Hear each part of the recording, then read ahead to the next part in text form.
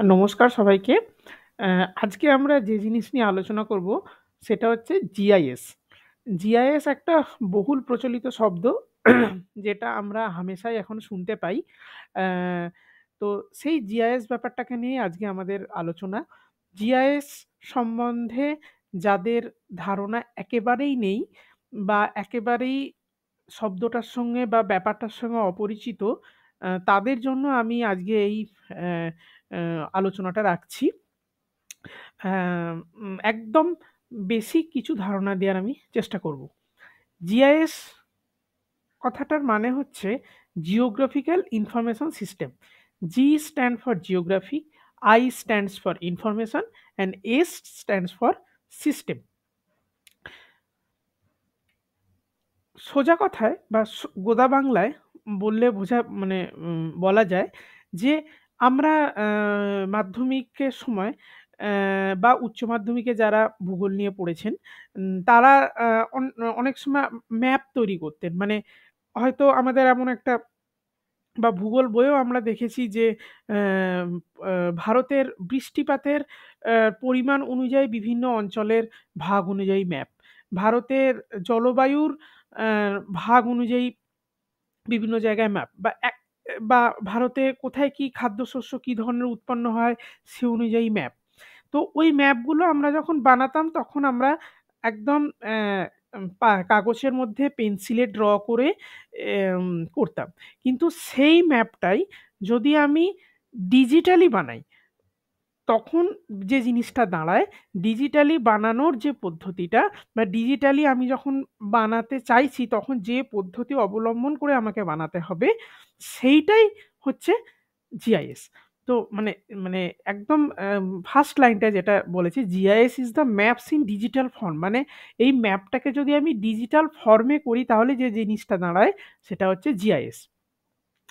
এরপরে কি বলছে যে, "জিআইএস ইস দ্য সিস্টেম।" মানে সিস্টেমটার মধ্যে দুটো জিনিসই আছে, হার্ডওয়্যার এবং সফটওয়্যার।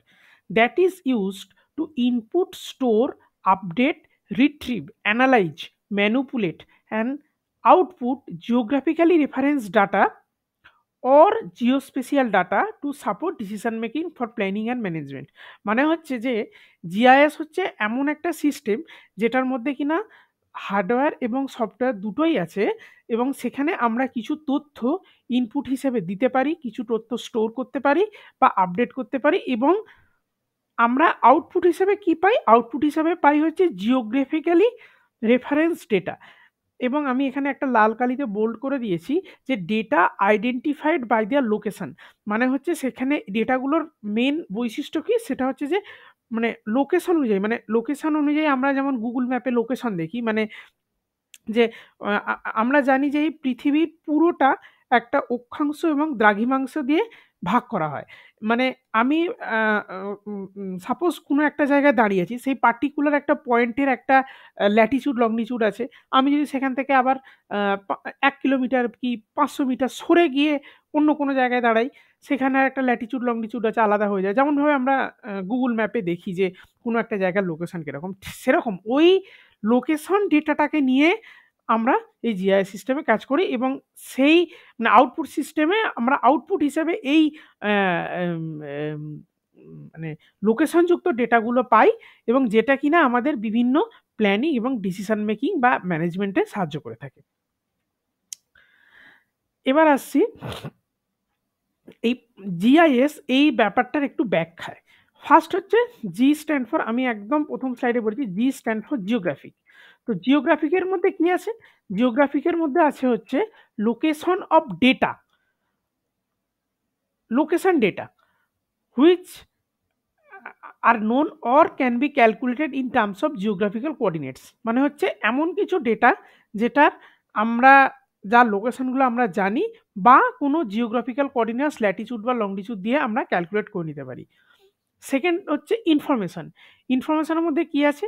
না ডেটা, ওই লোকেশন ডেটাগুলো যেটা কিনা অর্গানাইজড ডেটা আর organised to yield useful knowledge, colored maps and image tables and various on screen queries মানে হচ্ছে ওই যে ডেটাগুলো, যে যে লোকেশন ডেটাগুলোকে নিয়ে আমি কাজ করব, সেই ডেটাগুলোকে আমি বিভিন্ন ধরনের মানে সেই ডেটাগুলোকে কাজে লাগিয়ে আমি বিভিন্ন ধরনের ম্যাপ তৈরি করতে পারি, বিভিন্ন ছবি তৈরি করতে পারি, টেবিল তৈরি করতে পারি বা আদার্স যে কোয়েরিজ আছে সেগুলোকে আমরা বের করতে পারি। মানে ওই ডেটাগুলো থেকে আমি বিভিন্ন ধরনের আমার প্রয়োজন মতো তথ্যকে বের করতে পারি বা রিট্রিভ করতে পারি। That is the information. And system কি? সিস্টেম হচ্ছে যে জিনিসটার মাধ্যমে আমি এই কাজগুলো করি, made up of several interrelated and linked components with different components. It have functional components for data capture, input, manipulation, transformation, visualization, query, analysis, modeling and output. মানে এই যে পুরো ব্যাপারটা, মানে আমি ডেটাগুলোকে নিচ্ছি, ডেটাগুলোকে প্রসেসিং করছি, সেখান থেকে আমার প্রয়োজন মতো বিভিন্ন ধরনের ইমেজ, টেবিল, ম্যাপ তৈরি করছি। এই পুরো ব্যাপারটা সিস্টেমের মধ্যে পড়ে। এখানে আমি একদম খুব মানে আ সংক্ষেপে একটা মানে পিক্টোরিয়াল প্রেজেন্টেশনের মাধ্যমে জিআইএস এর কম্পোনেন্ট গুলোকে আমি দেখিয়েছি।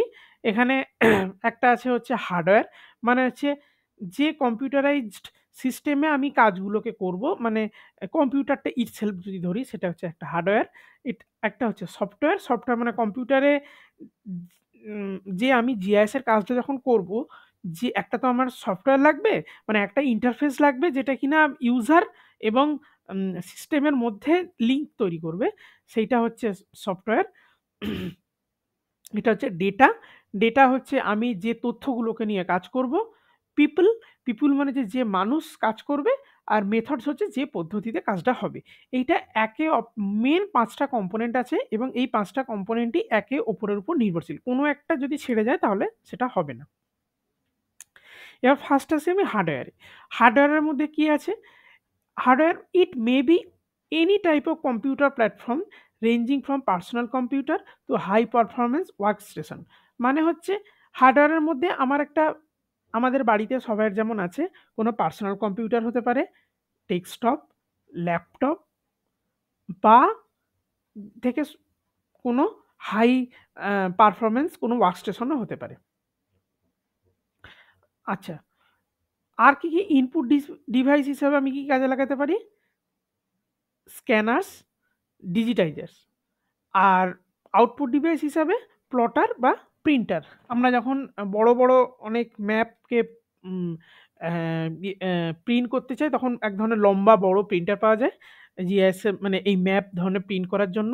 প্লটার এক ধরনের ডিভাইস থাকে যেগুলো দিয়ে ওরকম বড় ম্যাপগুলো প্রিন্ট হয়। আর ইনপুট ডিভাইস হিসাবে এরকম ওই ম্যাপ স্ক্যান করার জন্য বড় বড় স্ক্যানার পাওয়া যায়। আর ডিজিটাইজার হচ্ছে একটা পেনের মতো জিনিস, যখন আমরা ওই ম্যানুয়ালি কোনো ম্যাপ থেকে ওই প্রত্যেকটা লাইন ধরে ধরে কোনো জেলার বাউন্ডারি বা কোনো একটা ব্লকের বাউন্ডারি, কোনো একটা পঞ্চায়েতের বাউন্ডারি ধরে ধরে ডিজিটাইজ করি, তখন ওই ডিজিটাইজে একটা পেনের মতো জিনিস পাওয়া যায়। এবার হচ্ছে সফটওয়্যার। সফটওয়্যারটা কি? সফটওয়্যার হচ্ছে এটা একটা ইউজার ইন্টারফেস। হার্ডওয়্যার এবং যে মানুষটা কাজ করবে তার মধ্যে যে সংযোগ স্থাপনকারী যে জিনিসটা সেটাই হচ্ছে সফটওয়্যার। এবার সাধারণত আমরা আ এই জিআইএস এর কাজ যে দুটো মেইন সফটওয়্যার দিয়ে করে থাকি সেটা হচ্ছে ArcGIS আর হচ্ছে Google Earth Pro। আমি এই দুটো সফটওয়্যারের আইকন এই কারণেই রেখেছি যাতে এই মানে সবথেকে বেশি ব্যবহৃত হয় এই দুটি সফটওয়্যার, এবং এই দুটি সফটওয়্যারের সঙ্গে যাতে পরিচিত হতে পারি আমরা, সেইজন্য এই দুটি মানে এই আইকনগুলো যাতে আমি দেখে চিনতে পারি, সেইজন্য আমি এখানে রেখেছি। এই যে ডেস্কটপ জিআইএস, ArcGIS আর QGIS ২ ধরনের সফটওয়্যার পাওয়া যায়। ArcGIS আর QGIS, তার মধ্যে ArcGIS টাই সবথেকে বেশি পরিমাণে ব্যবহৃত হয়। আর জিও ব্রাউজার আমরা সবাই কম বেশি শুনেছি যে Google Earth বা Google Earth Pro, Google Earth Pro তে একটু এক্সট্রা ফিচার আছে। অ্যাম উম সেখান থেকে মানে সেই Google Earth Pro তে অনেক কিছু জিনিস করা যায়। আমি ধাপে, ধাপে সে সমস্ত আলোচনায় অন্য ভিডিওতে আনবো। আপাতত আমি অ্যা এই দুটো জিনিস জেনে রাখছি বা পরিচিত হচ্ছি। ArcGIS আর Google Earth বা Google Earth Pro। তারপরে হচ্ছে ডেটা। আচ্ছা, ডেটাটা আমি একটু পরে আসছি। তার আগে দুটো জিনিস আছে আমি সেরে নিই। একটা হচ্ছে পিপলস। পিপলস মানে হচ্ছে যারা ব্যবহারকারী। মানে সেটা সফটওয়্যারটা যে ডেভেলপ করছে, ডেভেলপার, আমরা যারা নরমাল ইউজ করছি, নরমাল ইউজার, আর একটা হচ্ছে এন্ড ইউজার। এন্ড ইউজার মানে হচ্ছে একদম মানে আমি সফটওয়্যার দিয়ে অ্যানালিসিস করে জিআইএস এর ম্যাপ বানিয়ে অ্যা সেই ম্যাপটা যখন কাউকে আমি ডেলিভার করছি এবং সে ওই ম্যাপটা দেখে বিভিন্ন ধরনের ডিসিশন নিচ্ছে, প্ল্যানিং করছে, স্ট্র্যাটেজিক প্ল্যানিং করছে। এ এই যে পুরো ব্যাপারটা মানে ৩ টে ক্যাটেগরি লোক এর মধ্যে যারা যুক্ত আছে, যারা কিনা এই জিআইএস ম্যাপ বানানো সফটওয়্যার তৈরি করছে, যারা বানাচ্ছে এবং বানানো ম্যাপটা যারা ব্যবহার করছে। এরা ওই পিপল কম্পোনেন্টস এর মধ্যে পড়ে। এবং আরেকটা জিনিস হচ্ছে মেথড। মেথডটা আ আম আ মানে হচ্ছে যে পদ্ধতিতে এই জিনিসটা আমি করতে চাইছি। আমি এখানে এই লেখাটা একটু পড়ছি যে GIS consist of several functional components. Components which support key GIS function. These are data capture and preparation, data storage, data analysis, presentation of spatial data. GIS consists of several functional components, components which support key GIS function. মানে এই জিনিসটাই আরকি double হয়ে গেছে লেখাটা। মানে বলতে চাইছে যে আমরা যে মানে জিআইএস এ কাজ করার জন্য বিভিন্ন ধরনের তথ্য আরোহণ, সেই তথ্যকে কাজ করার জন্য সেইভাবে তৈরি করা, তথ্যকে মানে স্টোরেজ মানে হচ্ছে সেটাকে সংরক্ষণ করা, ডেটা অ্যানালিসিস মানে তথ্য বিশ্লেষণ করা এবং সেখান থেকে প্রেজেন্টেশন অফ স্পেশাল ডেটা মানে এবং সেখান থেকে তথ্য বিশ্লেষণ করে তার একটা মানে রূপ দেয়া।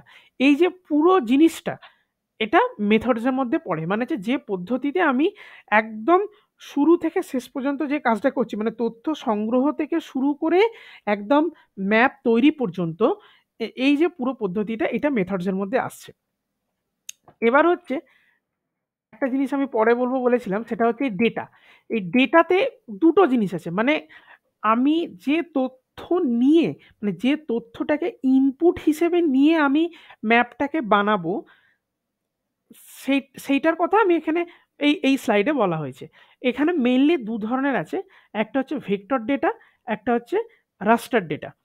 আ এই আর মেটা ডেটা একটা আছে ছোট জিনিস। মেটা ডেটা মানে হচ্ছে যে আমি কোনো একটা বড় কাজ করতে গিয়ে যে ছোট, ছোট ডেটাগুলো তৈরি হয়, আ সেটা হচ্ছে মেটা ডেটা। মানে যেমন একদম সহজ ভাষায় বললে বলা যাবে যে আমরা অঙ্ক করতে গিয়ে যে রাফ ওয়ার্কটা করি, সেই রাফ ওয়ার্কটাই হচ্ছে এই মেটা ডেটা বলা হচ্ছে আরকি।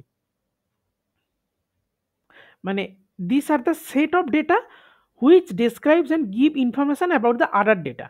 মানে হচ্ছে মূল ডেটা সম্পর্কে মূল তথ্য ভান্ডারে যে উম অ্যা ব্যা ব্যা কি আছে না আছে সেইটা সম্পর্কে যে ডেটাটা, সেটা হচ্ছে মেটা ডেটা। যাই হোক, মেটা ডেটাটা নিয়ে আমার অত বিশদে আলোচনা করার কিছু নেই। যে দুটো আলোচনা করার মেইনলি আছে সেটা হচ্ছে ভেক্টর ডেটা এবং রাস্টার ডেটা। ভেক্টর ডেটাটা কি?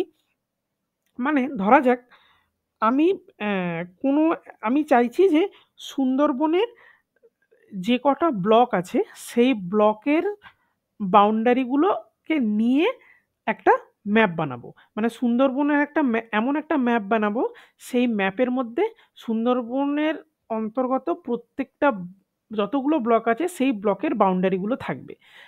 তাহলে আমি কি করব? ১ম এ আমি এক্ষেত্রে আমরা যেটা বেশিরভাগ সময় আমরা যে বেশিরভাগ সময় করে থাকি, সেটা হচ্ছে আমরা Google Earth এ যাই। Google Earth এ গিয়ে আমরা ডিজিটাইজেশন করতে থাকি। ডিজিটাইজেশন করা মানে কি? ডিজিটাইজেশন করা মানে হচ্ছে একদম সহজ ভাষায় মানে ওই ম্যাপের উ মানে একদম মানে ওই মানে ব্লক বাউন্ডারি গুলো বরাবর আমরা আ মানে আমরা ট্রেসিং পেপারে যেমনভাবে ট্রেস করে ছবি আঁকি, মানে তলায় ছবিটা থাকে, নিচে লাইট জ্বলে আর উপরে কাগজটা তার উপর দিয়ে একদম নিচে ছবিটা স্পষ্ট দেখা যায়। আমরা উপর দিয়ে পেন্সিলটা বোলাতে থাকি।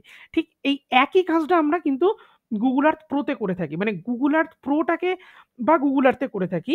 মানে Google Earth যেটা দেখায় সেটা হচ্ছে অরিজিনাল ফিল্ডে যে জিনিসটা আছে, মানে সেটাকে আমি তুলনা করছি ওই ট্রেসিং পেপারে ট্রেস করার সময় নিচে যে ছবিটাকে রাখছি। সেই ছবিটার উপরে এবার আমি যে সাদা কাগজটা লাগছি, ওই সাদা কাগজে যে আমি পেন্সিল দিয়ে আমরা যেমন আঁকি, ওই আঁকাটা আমি এখানে মাউস দিয়ে ডিজিটাইজেশন করছি। মানে আমি একটু Google Earth Proটা খুলে দেখানোর চেষ্টা করছি।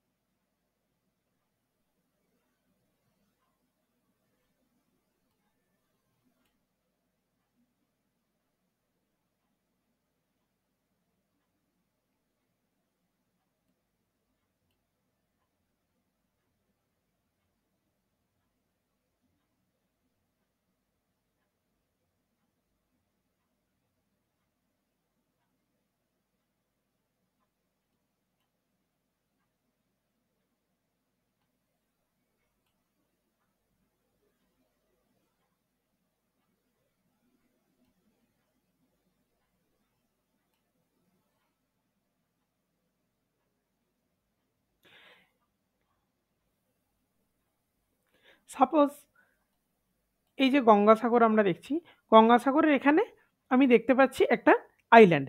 এই আইল্যান্ডটাকে, এর বাউন্ডারিটা আমাকে ম্যাপ হিসেবে তুলতে হবে। এ মানে এইটা হচ্ছে আমরা ট্রেসিং পেপারের নিচে যে ছবিটা রেখেছি, সেইটার সঙ্গে তুলনা করছি। এরপরে আমি ট্রেস ছবিটা আঁকবো। এই যে পলিগনটা এখান থেকে সিলেক্ট করতে হবে।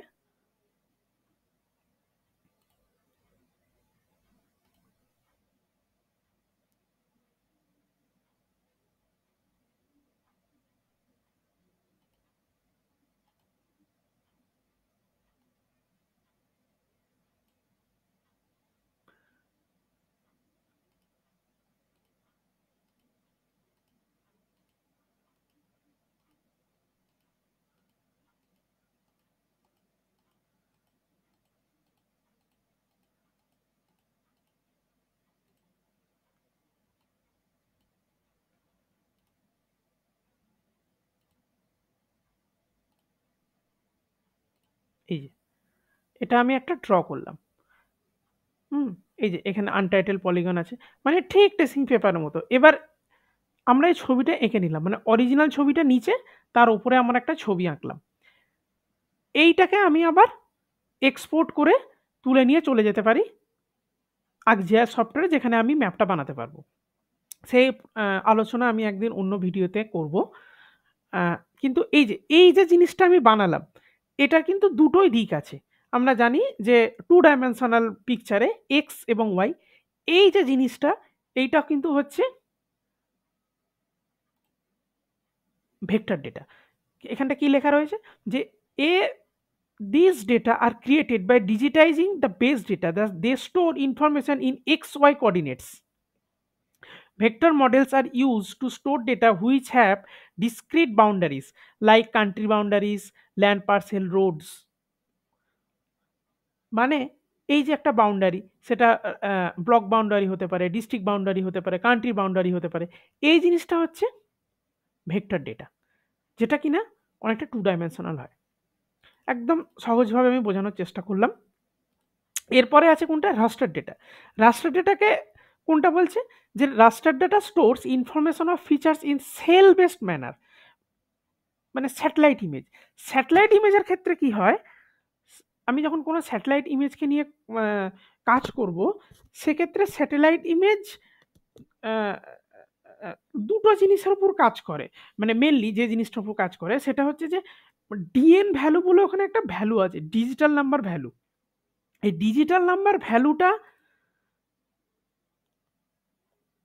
মানে আমি যদি ধরি এইটা একটা ছবি, আমি যদি ধরি এটা একটা স্যাটেলাইট ইমেজ, মানে এইটা অ্যাকচুয়ালি গুগল আর্থ প্রোটা একটা স্যাটেলাইট ইমেজই। এই যে আমি এইখানটা দেখছি নীল, এখানটা দেখছি সবুজ, এখানটা আবার দেখছি খয়েরি। স্যাটেলাইট কিন্তু অত কিছু বোঝে না। ও কি করছে, ওপর থেকে একটা ছবি তুলছে, ছবি তুলে বিভিন্ন জায়গার, মানে ওপর থেকে স্যাটেলাইট একটা আম আ আ আ মানে ২ ধরনের স্যাটেলাইট ইমেজিং হয়। একটা হচ্ছে অ্যাক্টিভ, একটা হচ্ছে প্যাসিভ। অ্যাক্টিভ আর প্যাসিভ মানে কি? অ্যাক্টিভ মানে হচ্ছে যে স্যাটেলাইটটা নিজে একটাকে তরঙ্গ ছাড়ে এবং তরঙ্গটা সেই ভূপৃষ্ঠে ধাক্কা খেয়ে আবার ওর কাছে ফিরে যায় এবং সেটাও ক্যাচ করে একটা ইমেজ বানায়। এটা হচ্ছে অ্যাক্টিভ। আর প্যাসিভ হচ্ছে যে আ সূর্য আলো দিচ্ছে। সূর্যের আলোটা ভূপৃষ্ঠে আ পড়ে সেটা আবার রিফ্লেক্ট হয়ে ওর কাছে ফেরত যাচ্ছে। ও যেরকমভাবে ইনটেনসিটি তে ফেরত যাচ্ছে ও সেই অনুযায়ী একটা ইমেজ বানাচ্ছে। ঠিক তেমনভাবে ইমেজটা যে ও বানাচ্ছে, ও মানে স্যাটেলাইটের কাছে যখন ওই ভূপৃষ্ঠে আলোটা পড়ে ফিরে গেল, বিভিন্ন ইনটেনসিটি তে যাচ্ছে। মানে যেমনভাবে আমি একটা জিনিসকে কালো দেখি কারণ হচ্ছে ওখান থেকে কোনো মানে কোনো আলোই রিফ্লেক্টেড হয়ে পৌঁছচ্ছে না। একটা জিনিসকে আমি লাল দেখি কারণ হচ্ছে সেই জিনিসটা মাত্র লাল রংটা রিফ্লেক্ট হয়ে আমাদের কাছে ফিরছে। বাকি সমস্ত মানে আলোর যে ৭ টা কালার ভিবজিওর বাকিটাও অ্যাবসর্ব করছে। আমি একটা কোনো জিনিসকে অ্যা অ্যা সবুজ দেখছি মানে হচ্ছে সবুজ রংটা রিফ্লেক্ট হয়ে আসছে এবং বাকি সমস্ত জিনিসও অ্যাবসর্ব করছে। ঠিক তেমনভাবে যে ইনটেনসিটিতে মানে রিফ্লেক্টেড হয়ে আবার ওই স্যাটেলাইটের কাছে ফিরে যাচ্ছে, সেই অনুযায়ী একটা মানে আমি যদি ছবিটার এইটুকু অংশ একটা কেটে নিই, এইটুকু অংশ একটা কেটে নিই এবং এখান থেকে যে আলোটা রিফ্লেক্টেড হয়ে স্যাটেলাইটের কাছে ফিরে গেল এবং সেই প্রত্যেকটা জায়গার ইনটেনসিটি অনুযায়ী একটা করে আ আ একটা ভ্যালু বসে গেল এবং সেই ভ্যালু অনুযায়ী একটা ম্যাপ তৈরি হলো। হ্যাঁ? এটা বুঝতে একটু জটিল লাগছে। আমি পরে উদাহরণ দিয়ে বোঝালে অন্য ভিডিওতে আরো পরিষ্কার বোঝা যাবে। অ্যা এই স্যাটেলাইট ইমেজ বা ডেম মানে ডিজিটাল এলিভেশন মডেল মানে হচ্ছে আমি একটা পাহাড়। একটা আমরা অনেক সময় আ প আ বিশেষ করে ওয়াটার শেড মানে হচ্ছে যে মানে নদীর যে ওয়াটার শেড এর যে ম্যাপিং গুলো যখন করা হয়, সেই ওয়াটার শেড এর ম্যাপিং গুলো তৈরির সময় এই এলিভেশন মডেলটাকে ইউজ করা হয়। মানে হচ্ছে ঢালটা কোন দিকে, মাটির ঢালটা কোন দিকে, জলটা কোন দিক থেকে কোন দিকে গড়িয়ে যাবে, হ্যাঁ? এই জিনিসগুলো যখন ম্যাপ তৈরি করা হয় তখন এই ডেম ডেটা দিয়ে করা হয় বা ডেম মডেল অনুসরণ করে করা হয়। এইগুলো তখন ওই রস্টার ডেটা দিয়ে কাজ করা হয়। আজকে এইখান পর্যন্তই। খুব সংক্ষেপে অ্যা আমি জাস্ট জিআইএস এর একদম এলিমেন্টারি পার্টটা যারা অ্যা আ একদমই জিআইএস ব্যাপারটার সঙ্গে পরিচিত নয়, তাদেরকে জাস্ট একটা বেসিক ধারণা দেওয়ার চেষ্টা করলাম। আ অনেক ছোটখাটো জিনিস আছে। অ্যা মানে এই যে ভেক্টর ডেটা, রেস্টার ডেটা আমি জানি এটা অনেকের কাছে ক্লিয়ার হয়নি। আ বা রেস্টার ডেটাটাকে আমি ভালো করে ঠিক বোঝাতে পারলাম কিনা জানি না। তো এটা নিয়ে আমি আবার পরে একটা সেশন করব। সেখানে আরো বিশদে বোঝানোর বা ভালোভাবে বোঝানোর চেষ্টা করব। নমস্কার।